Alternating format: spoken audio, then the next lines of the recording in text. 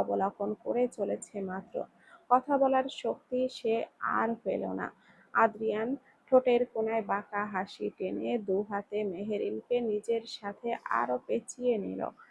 অতঃপর অভ্রের উদ্দেশ্যে বলল, ঠিক এইভাবে, বলে নয়, করে দেখালাম। অতঃপর আর কোনো অপেক্ষা নয়, ধপ ধপ পা ফেলে সে নিজের গাড়ির দিকে অগ্রসর হলো। গাড়ির দরজা খুলে মেহরিনকে এক পুরস্কার ছিটকে ফেলল সেথায়। অতঃপর নিজেও চড়ে শক্ত চোয়ালে গাড়ির স্টার্ট দিয়ে বেরিয়ে গেল ভার্সিটির এরিয়া থেকে। হতভম্ব হয়ে চেয়ে থাকা অভ্রের হুঁশ ফিরল কয়েক মুহূর্ত বাদে। ততক্ষণে আদ্রিয়ানের গাড়ি তার দৃষ্টির বাহিরে। অভ্রের ধারালো চোয়াল ধীরে ধীরে আরো কঠোর ও কঠোর হয়ে উঠল। রাগে তার চোখ জ্বলে উঠল। এটা একদমই ঠিক করলি না আদ্রিয়ান চৌধুরী। আমার পাখিকে আমারই সামনে থেকে এভাবে নিয়ে একদমই ঠিক করলি না। এর মাসুল তোকে দিতে হবে ভয়ঙ্কর ভাবে। দাঁতে দাঁত পিষে কথাখানা বলে নিজেও গাড়িতে চেপে রাস্তার ধুলো উড়িয়ে চলে গেল অভ্র। কি করছেন কি স্যার? কোথায় নিয়ে যাচ্ছেন আমাকে? এসবের মানে কি? চুপচাপ বসে থাকো। থাকবো না। আমাকে নামিয়ে দিন। দিন বলছি। তীব্র এক চিৎকার দিয়ে আদ্রিয়ানকে উপেক্ষা করে জ্বলন্ত চলন্ত গাড়ির দরজায় ধাক্কাতে থাকে মেহেরিন। তখন অভ্রের সামনে থেকে ওভাবে নিয়ে আসার পর হতভম্ব মেহেরিন কি প্রতিক্রিয়া দেখাবে বুঝতে পারছিল না। তবে সম্বিত ফিরে পেতেই আদ্রিয়ানের থেকে মুক্তি পেতে রীতিমতো উঠে পড়ে লেগেছিল রমণী। কিন্তু বেপরোয়া জেদি পুরুষটি তাকে ছাড়তে নারাজ। সে গাড়ি থামাচ্ছে না কোনো মতেই। বাধ্য হয়ে মেহরিন চলন্ত গাড়ির দরজায় আঘাত করে মুক্তি পেতে চাইল। আদ্রিয়ান বাঁকা নজরে মেহেরিনকে একবার পরখ করেও খুব একটা পাত্তা দিল না তাকে, বরং নিজের মতো করে গাড়ির স্পিড বাড়িয়ে দিল আরও। মেহরিন ভয় পেল ভীষণ, তবে বাহিরে শক্ত থাকলো। ভয় না পাওয়ার ভান করে আওড়ালো, নামিয়ে দিন আমায়। আপনি আমার সাথে কেন এমনটা করছেন স্যার? কি ক্ষতি করেছি আমি আপনার? ফুঁপিয়ে কেঁদে উঠল রমণী। অন্যদিকে ক্ষতির কথা শুনেই কি হলো কে জানে, হুট করে ব্রেক কষে বসল যুবক। ফলস্বরূপ হুমড়ি খেয়ে পড়তে লাগে মেহরিন। আদ্রিয়ান তীক্ষ্ণ দৃষ্টিতে ঘাড় ঘুরিয়ে মেহরিনের পানে তাকায়। তার ভুরু কেমন তীরের ন্যায় উঁচিয়ে গেছে, চোখের কোণে অদ্ভুত তীক্ষ্ণতা। মেহরিন শুকনো ঢোক গিলল তার এহেন দৃষ্টিতে। কি হয়েছে? আদ্রিয়ান কথা বলে না, আচমকা ঝুঁকে আসে মেহরিনের ওপরে। হুট করে আদ্রিয়ানের এভাবে ঝুঁকে আসায় দম বন্ধ হয়ে আসে মেহরিনের। পিছিয়ে যায় রমণী, একদম আহ, গ্লাস ঘেঁষে কোনায় সিটিয়ে রয়। আদ্রিয়ানের গায়ের পুরুষালী ঘ্রাণে কেমন দম বন্ধ লাগে তার। মনে হয় এক্ষুনি নিঃশ্বাস নিতে না পেরে মরে যাবে। সাথে যুবকটি কেন এভাবে এগিয়ে আসছে তা বুঝে উঠতে পারল না মেয়েটা। ফলস্বরূপ অদ্ভুত ভয় জেঁকে ধরল তাকে। তবে এই ভয় বেশিক্ষণ স্থায়ী হলো না, বরং আদ্রিয়ান পাশের দরজাটা খুলে দিল। সন্তর্পণে বের করে আনলো দরজার ফাঁকে আটকে থাকা মেহরিনের ওড়না। অতঃপর একইভাবে পুনরায় ঠাস করে দরজাটা আটকে দিল। কেঁপে উঠল মেহরিন। চট করে খামচে ধরল আদ্রিয়ানের শার্টের কলার। তার কাঁপতে থাকা সরু আঙ্গুলগুলো ঠক ঠক করে ধাক্কা খেতে লাগলো আদ্রিয়ানের উন্মুক্ত বুকে, যা টের পাওয়া মাত্রই সারা শরীর জুড়ে অদ্ভুত শিহরণ বয়ে গেল রমণীর। স্তব্ধ হয়ে গেল তার পৃথিবী। আদ্রিয়ানের বুকের উষ্ণ ছোঁয়ায় তার ভেতরটাও যেন কেঁপে উঠল। আদিম উন্মাদনা জেঁকে ধরল তাকে। মাথা নিচু করেই ঠায় তাকিয়ে রইল তার পুরুষালী বক্ষস্থলে। অন্যদিকে তার এহেন প্রতিক্রিয়ায় ঠোঁট বাঁকিয়ে হাসল যুবক। কানের কাছে মুখ নিয়ে হাসি টোনে আওড়ালো, শার্টটা কি খুলে দিব? তাহলে তোমার দেখতে সুবিধা হতো আর কি। কান দিয়ে উষ্ণ ধোঁয়া বের হলো রমণীর। উত্তপ্ত হয়ে উঠল পেলবখানা। কেমন লাজুক পাতার ন্যায় নুয়ে পড়ল খানিকটা ভেতরে। হাতে হাত ঘষে খানিক দূরে ছিটকে গেল। মনে মনে ছুড়ল নিজেকে কত শত গালি। আদ্রিয়ান তাকে নিশ্চয়ই নির্লজ্জ বেহায়া ভাববে, এতে আর কোনো সন্দেহ নেই। ইস! আদ্রিয়ান ঠোঁট বাঁকিয়ে হেসে নিজের সিটে গিয়ে আবারও ড্রাইভ করতে প্রস্তুতি নিল। স্বাভাবিকভাবে গলায় মেহরিনের লজ্জাকে ৪ গুণ বাড়িয়ে বলল, লজ্জা পেও না, দেখার জিনিস দেখছো, তাতে কি, আই ডোন্ট মাইন্ড। চৌধুরী বাড়ির গেট দিয়ে আদ্রিয়ানের গাড়ি ঢুকতেই দারোয়ান গেট খুলে দিলেন। আদ্রিয়ান দরজা দিয়ে প্রবেশ করে গাড়ি পার্ক করে নেমে দাঁড়ালো। অন্যদিকে অচেনা জায়গায় এসে বেশ অস্বস্তি হচ্ছে মেহেরিনের। কতবার করে বলল নামিয়ে দিতে, এখন এখানে সে কি করবে, কি পরিচয় দেবে নিজের? ভাবনার মাঝেই আদ্রিয়ান ডেকে উঠল মেহেরিনকে। চমকে ওঠে রমণী। তড়িঘড়ি করে গাড়ি থেকে নেমে দাঁড়াতেই চোখ ছানাবড়া হয়ে যায় তার, মুখ ফসকে বেরিয়ে যায়। এত বড় বাড়ি! মেহরিন চোখ ডলে, তবে ভালো করে দেখার আগেই আচমকা তার হাত খপ করে ধরে নেয় আদ্রিয়ান। চলো। ধপাধপ পা ফেলে ভেতরের দিকে আসে তারা। মেহরিনের মনোযোগ সরে গেল। সে বাড়ির দিক থেকে নজর সরিয়ে আবারও আদ্রিয়ানের থেকে নিজেকে আলাদা করতে চাইল। ফলস্বরূপ আদ্রিয়ান তাকে চোখ রাঙানি দিল। বাড়ির সদর দরজায় নক করতেই সাহেলা চৌধুরী তা খুলে দিলেন। তবে আদ্রিয়ানের পাশে একজন মেয়েকে দেখে চক্ষু তার চড়ক গাছ। এ কি কাণ্ড! তার ছেলের পাশে মেয়ে! এ কি করে সম্ভব? ছেলে আবার সেই মেয়ের হাতও ধরে আছে! সাহেলা চৌধুরীর মাথা ঘুরে উঠল, তবুও নিজেকে সামলে নিলেন তিনি। আদ্রিয়ান বুঝল মায়ের মনের কথা, তাই চুপচাপ মেহরিনকে ছেড়ে ধপ ধপ পা ফেলে সরাসরি সোফায় গিয়ে গা এলিয়ে দিল। অন্যদিকে বেচারি মেহেরিন সুতির কারুকাজ করা অত্যন্ত রুচিশীল শাড়ি পরিহিত মহিলাটিকে দেখে ভালোভাবে পরখ করে বোকা হাসি ছুড়ে বসলো এক অঘটন। আসসালামু আলাইকুম আপু। সালাম অবধি ঠিক ছিল, তাই বলে আপু? সাহেলা চৌধুরী দম খিচে দাঁড়িয়ে রইলেন। নিঃশ্বাস বন্ধ হয়ে গেল তার। মেয়ের বয়সী মেয়ে বলে কিনা আপু, এও কি মানা যায়? তাকে কি এতটাই যুবতী মনে হয়? না, সে তো আর যুবতী নেই, গায়ের চামড়া কুঁচকে গেছে। সেও তো যুবতী নেই, গন্ডারের সমান। তার একটা বুড়ো বাচ্চা আছে, যাকে বিয়ে দিলে ২-৪ দিনের ভেতরেই একটা ফুটবল টিম পয়দা করতে পারবে। তার মা হয়ে তিনি কি করে যুবতী হয়ে আছেন এখনো?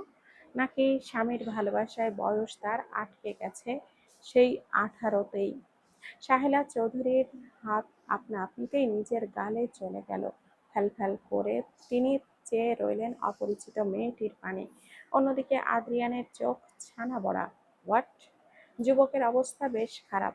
সদ্যই মুখে পানি তুলে নিয়েছিল খাওয়ার জন্য, তবে সেই পানি পেট ছুঁতে পারেনি, তার আগে বেরিয়ে এসেছে এবং ভিজিয়ে দিয়েছে পরনের শার্ট। হুট করে কেসে উঠেছে পুরুষটি, নাক মুখ জ্বলে যাচ্ছে কেমন।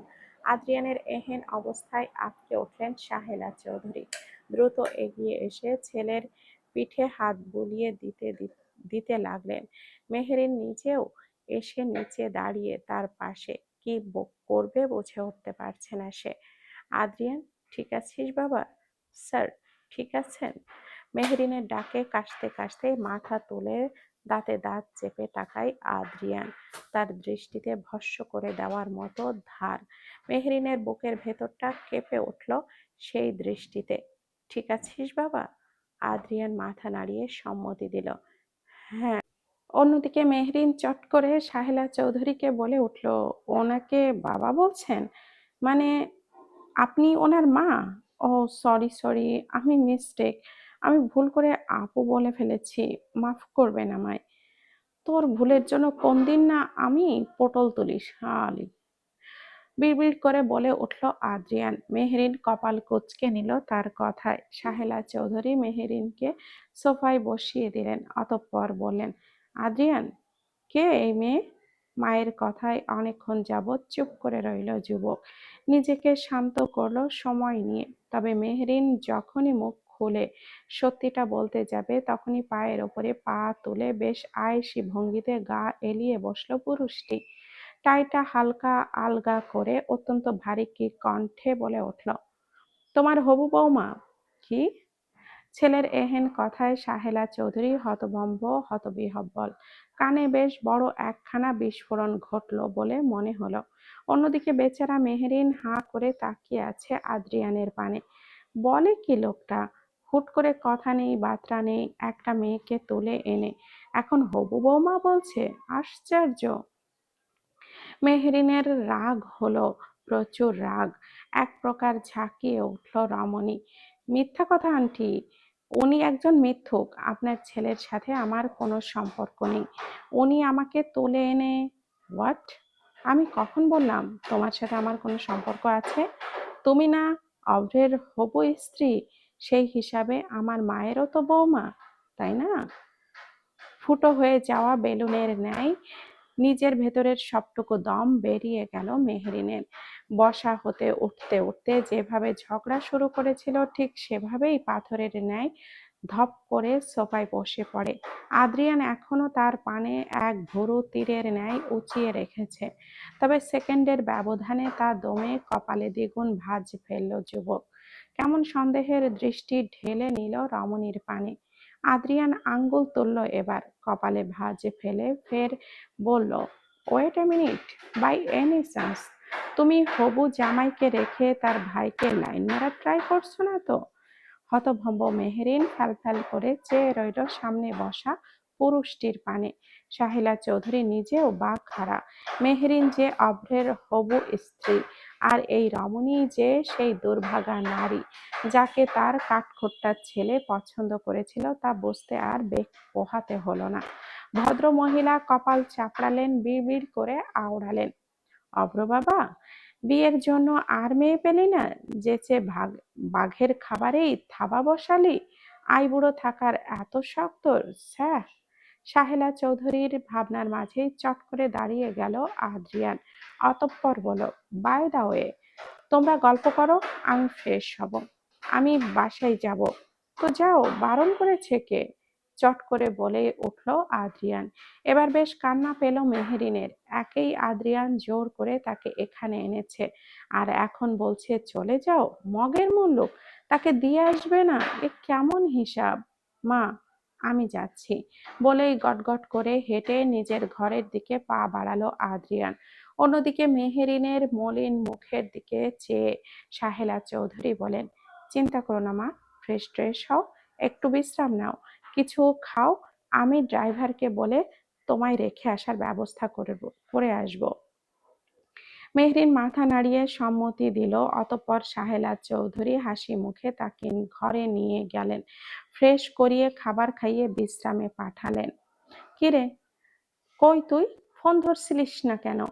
শিফার প্রশ্নের কোনো উত্তর করে না শাওন। নীরবতায় কেটে যায় অনেকটা সময়।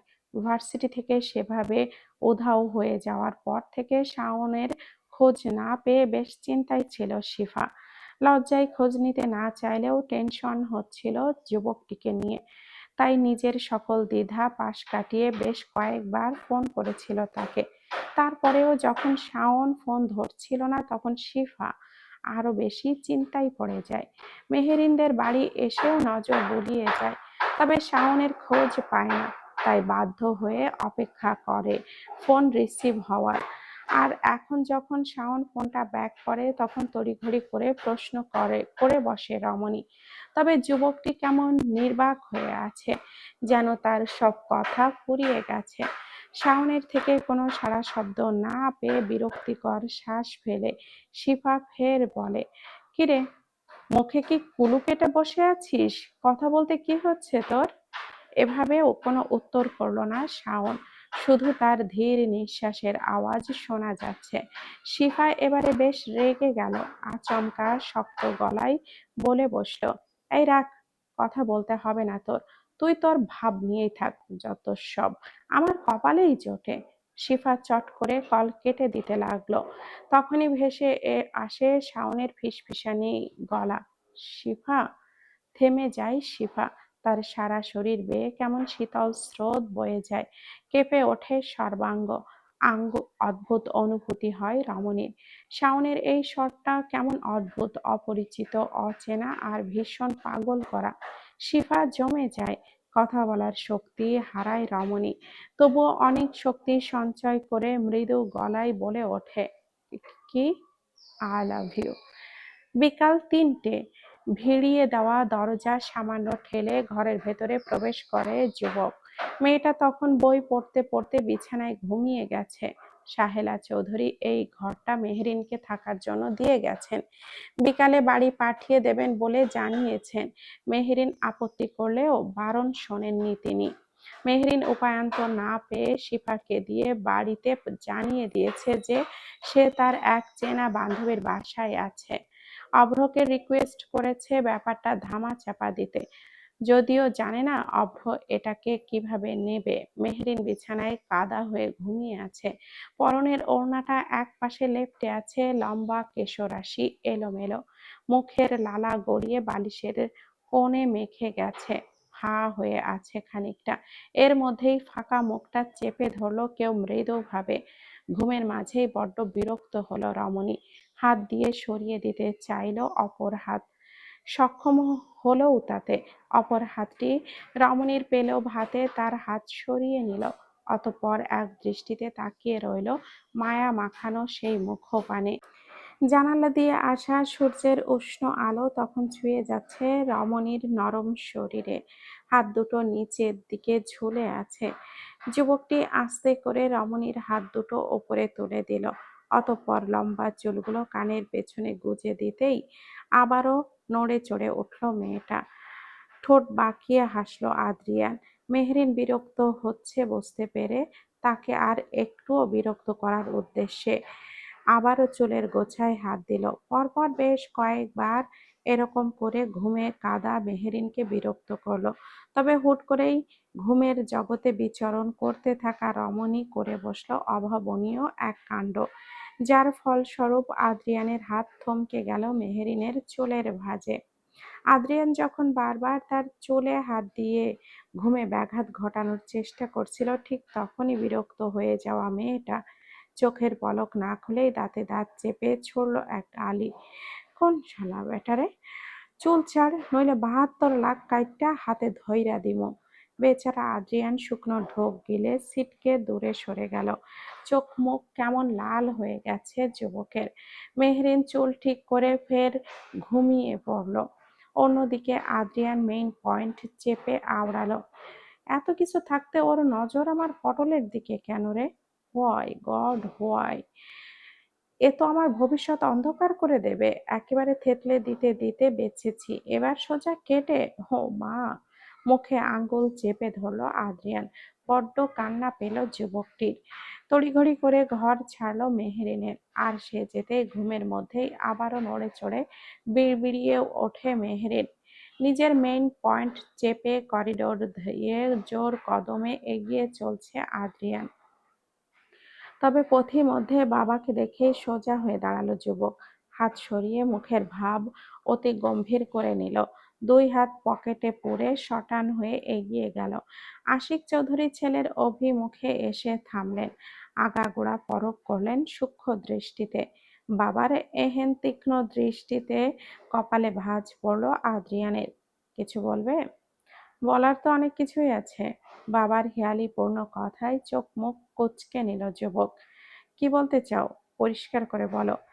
মেহুকে তুলে এনেছো কেন? বাবার এইরূপ প্রশ্নে ঠোঁট বাঁকিয়ে হাসল পুরুষটি, চোখের মণি উল্টে আওড়ালো। So what dad? ইচ্ছে হয়েছে এনেছি, ব্যাস। আশিক চৌধুরীর মুখশ্রী এবারে আরো গম্ভীর হয়ে পড়ল, দুই হাত তিনি পেছনে ভাঁজ করে তীক্ষ্ণ কণ্ঠে শুধালেন, সে অভ্রের হবু স্ত্রী, ভুলে গেলি সেই কথা? নিজের হবু ভাবিকে এভাবে জাস্ট অফ ড্যাড? বিয়ে কি হয়ে গেছে? না হবে? আশিক চৌধুরীর কপালে ভাঁজ গাঢ় হলো। বিয়ে হবে না। বাঁকা হাসল যুবকটি, মাথার চুলে হাত বোলালো অলক্ষ্যে, তীক্ষ্ণ দৃষ্টি বোলালো বাবার মুখশ্রীর পানে, অতঃপর নিগাড় কণ্ঠে আওড়ালো, হবে তো অবশ্যই। তবে তবে বিরক্ত হলো আদ্রিয়ান। তার বাবা তাকে এত প্রশ্ন কেন করছে? সবটা জেনেও এত কৌতূহল দেখানোর মানেটা কি? এমনটা তো এর এমনটা না যে এরপর কি হতে পারে তা আশিক চৌধুরী জানে না। তাহলে তাকে এত প্রশ্ন কেন করছে? সে তো তার ছেলেকে খুব ভালো করেই চেনে। অব্রকে যে আদ্রিয়ান এমনি এমনি ছেড়ে দেবে না তা আশিক চৌধুরীর অজানা নয়। তবে মজা করছো? সবটা জেনেও ভান করছো কেন? আমি সত্যি বুঝতে পারছি না তুই কি করতে চাইছিস। তাহলে চুপচাপ থাকো আর বোঝার চেষ্টা করো আমাকে, কোনো প্রশ্ন না করে। কজ আমি বিরক্ত হচ্ছি তোমার এত এত প্রশ্নে। আশিক চৌধুরী দীর্ঘ নিঃশ্বাস ত্যাগ করলেন। তিনি বুঝতে পারছেন এই ছেলে সহজে অব্রকে ছাড়বে না।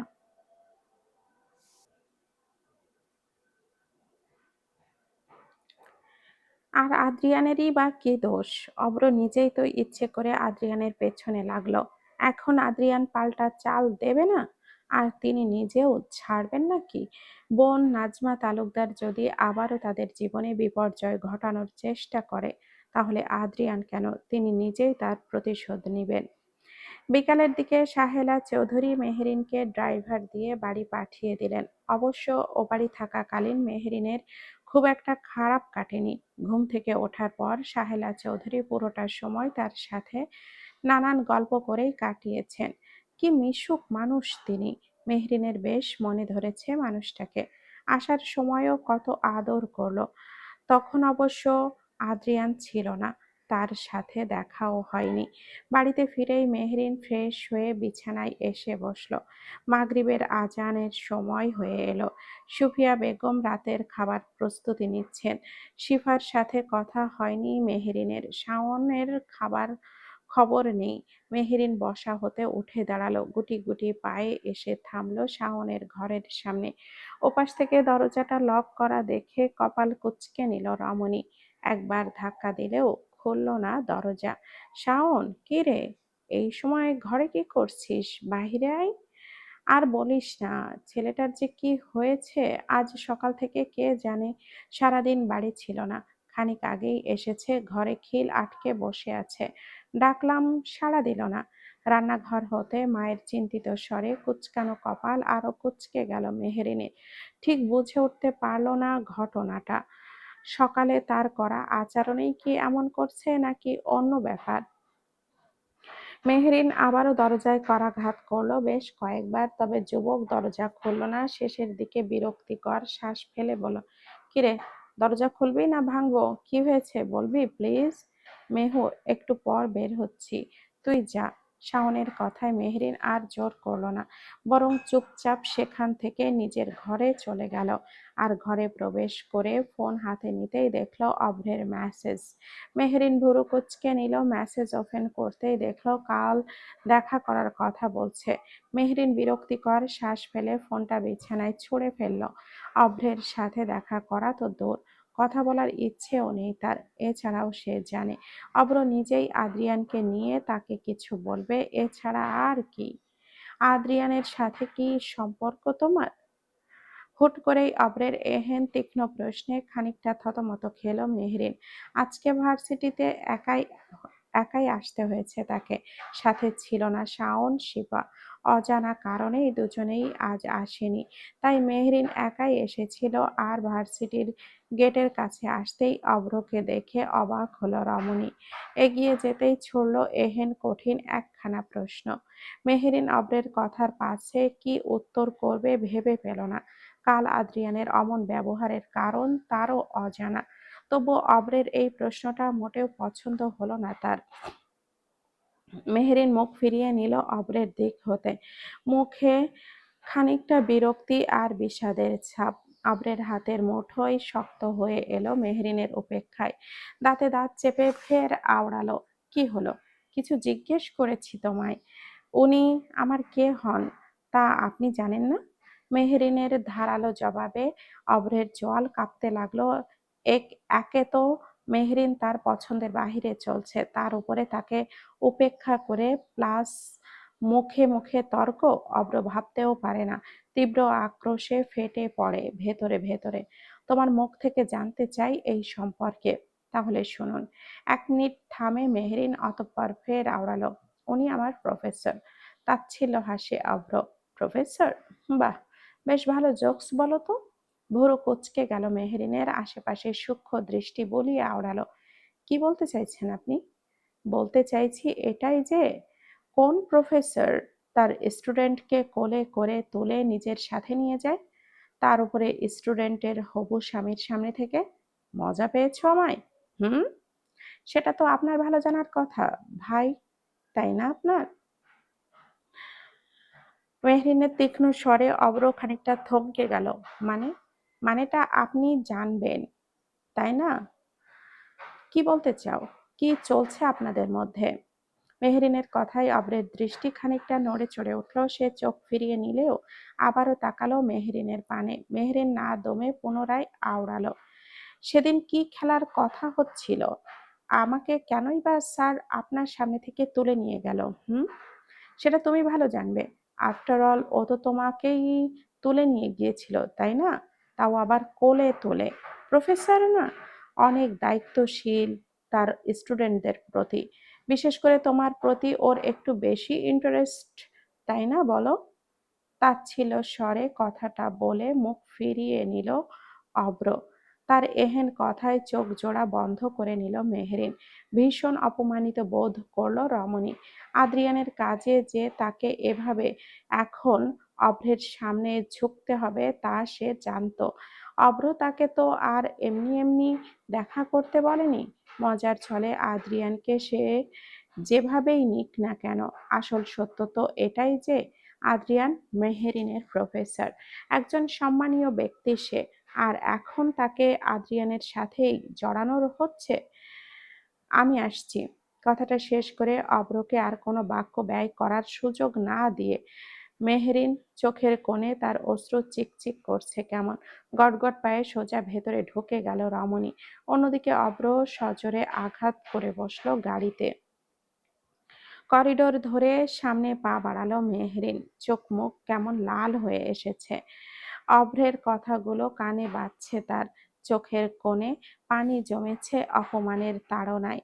মেহরিন মাঝ পথে থামলো একবার।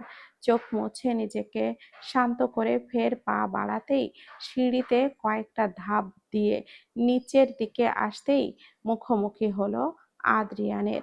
একে অপরকে দেখে দুজনেই থমকে গেল। আদ্রিয়ান সূক্ষ্ম দৃষ্টি বুলালো মেহরিনের পানে, আর মেহরিন সন্তর্পণে চোখ জোড়া ফিরিয়ে নিল। মুখে আঁকল না আর আগের ন্যায় দুষ্টুমির রেশ। অবাক হলো আদ্রিয়ান, পকেটে হাত গুজে আওড়ালো, হোয়াট হ্যাপেন?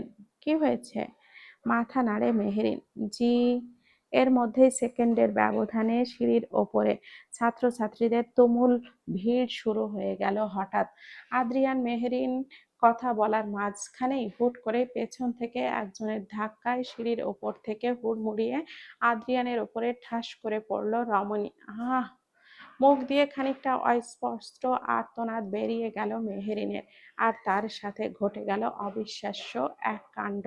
মেহরিনের পাতলা ফিনফিনে ঠোঁট জোড়া আচমকাই ছুঁয়ে গেল আদ্রিয়ানের উন্মুক্ত বক্ষদেশে। জমে গেল মেহরিন। দু হাত কবেই জায়গা করে নিয়েছে যুবকের বাহু। মেহরিনের হৃদস্পন্দন যেন থমকে গেল আচমকা এহেন কাণ্ডে। অন্যদিকে আদ্রিয়ান নিজেও হতভম্ব, হতবিহ্বল। কয়েক সেকেন্ডে ঠিক কি ঘটে গেল তা ঠিক ঠাওর করতে পারল না যুবক। বক্ষদেশের আড়ালে লুকায়িত এক মুঠো হৃদয়টা কেমন যেন থমকে আছে মেহেরিনের ঠোঁটের স্পর্শ যেন তার শিরা উপশিরায় অদ্ভুত এক দোলা দিয়ে গেল।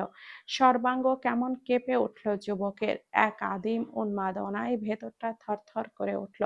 বাহুতে রাখা মেহরিনের হাত আচমকা কেঁপে উঠল সেই তালে। সাথে শক্ত করে নিজ আঁখি পল্লব বন্ধ করে নিল রমণী। আদ্রিয়ান সূক্ষ্ম